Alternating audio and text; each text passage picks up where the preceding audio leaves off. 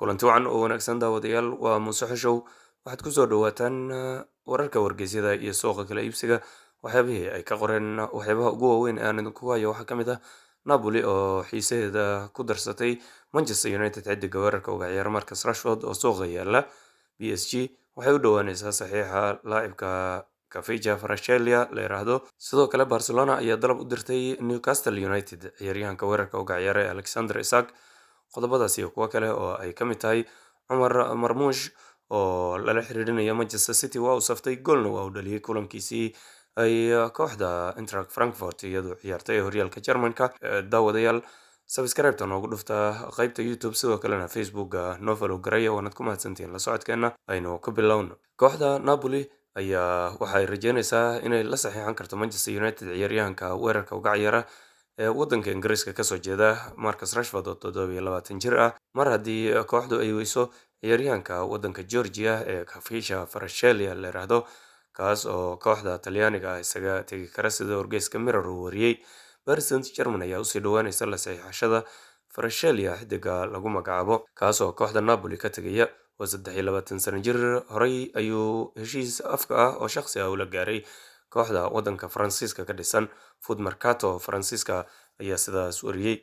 Paris Saint-Germain sidoo kale waxay isku dayeysaa inay la saxiixato Aston Villa weeraryahankeeda da'yarka ah ee waddanka Colombia Jahan Duran oo 21 jir ah kaas oo kooxda horyaalka Ligue 1 ka ciyaarta ay doonayso inuu bedel u noqdo xiddiga Carlo Randall Muani la yiraahdo kaas oo 26 sano jir ah kooxdana isaga dhaqaaqi kara. Wargeyska Mail ayaa sidaas wariyay. Spain xiddigooda khadka dhexe ee weerarka Marcus Asensio 28 jir ah waxa uu muuqdaa mid ku fashilan kooxda PSG isla mar ahaantaana kooxo Aston Villa, Juventus iyo Real Sociedad ay ka mid yihiin ayaa dhammaantood danaynaya. Foot Mercato ayaa wariyay. Barcelona waxa ay doonaysaa inay la saxiixato weeraryahanka kooxda Newcastle ee waddanka Sweden Isak kaas oo 25 sano jir ah bishan January inta lagu guda jiro waxayna ku xirnaan doontaa hadba xaaladda dhaqaale ee kooxdani ay ku sugnaato xilliga ay laacibkan la saxiixanayso. Mundo Deportivo Spain ayaa wariyay. Kooxda AC Milan ayaa xiiseynaysa inay la saxiixato ciyaaryahanka garabka midig ee difaaca uga ciyaara kooxda Manchester City iyo xulka Ingiriiska Kyle Walker kaasoo tababare Pep Guardiola uu ku dhawaaqay in 34 jirkani uu isaga tegayo kooxda Ingiriiska sidaasna uu kooxda ku wargeliyay. Wargeyska The Guardian ayaa sidaasna warinaya. Kooxda Chelsea waxay rajeynaysaa in 24 jirka waddanka Ingiriiska ee Mark Guehi ay kala soo wareegi karto kooxda Crystal Palace oo hadda uu kabtan u yahay. Stamford Bridge kooxda ku ciyaarta ayaa xiddigan horay u lahayd waxaana ay doonaysaa inay dib ula saxiixato. Wargeyska The Mirror ayaa sidaas isagu wariyay. Eintracht Frankfurt agaasimaheeda dhinaca kubadda cagta oo la yiraahdo Marcus Crouch ayaa xaqiijiyay in kooxda ay la soo xiriireen kooxa ay ka mid tahay kooxda Manchester City si ay ula saxiixdaan ciyaaryahankooda Cumar Marmuush la yiraahdo ee weerarka ka ciyaara waddanka Egyptina kasoo jeeda 25 sano jirkan ayaana kusoo bilowday ciyaartii kooxdiisu ay ciyaartay ee horyaalka waddanka Jarmalka. Sky Sport Germany ayaa sidaas isna warinaya.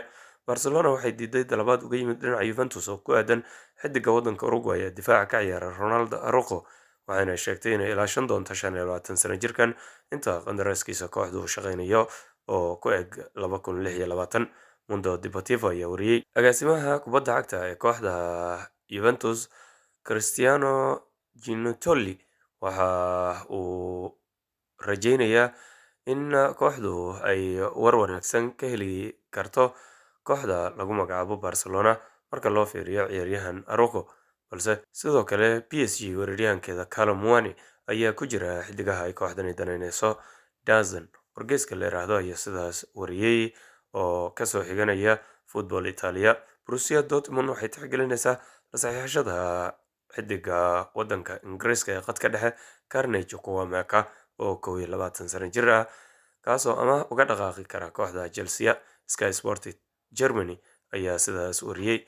Chukwuemeka sidoo kale waxaa danaynaya kooxda Lazio ee waddanka Talyaaniga iyo kooxo kale. Calcio Mercato ayaa isna sidaas wariyay. Isagaas ayaa ugu dambeeyay dhinacii wargeysyada iyo waxyaabihii ay ka qoreen suuqa kala iibsiga. Muuse Xushow ayaa idin la socodsiinay daawadayaal. Subscribe-ka noogu dhufta qaybta YouTube sidoo kalena follow noo soo dhaha qaybteena Facebook waanad ku mahadsantihiin la socodkeena.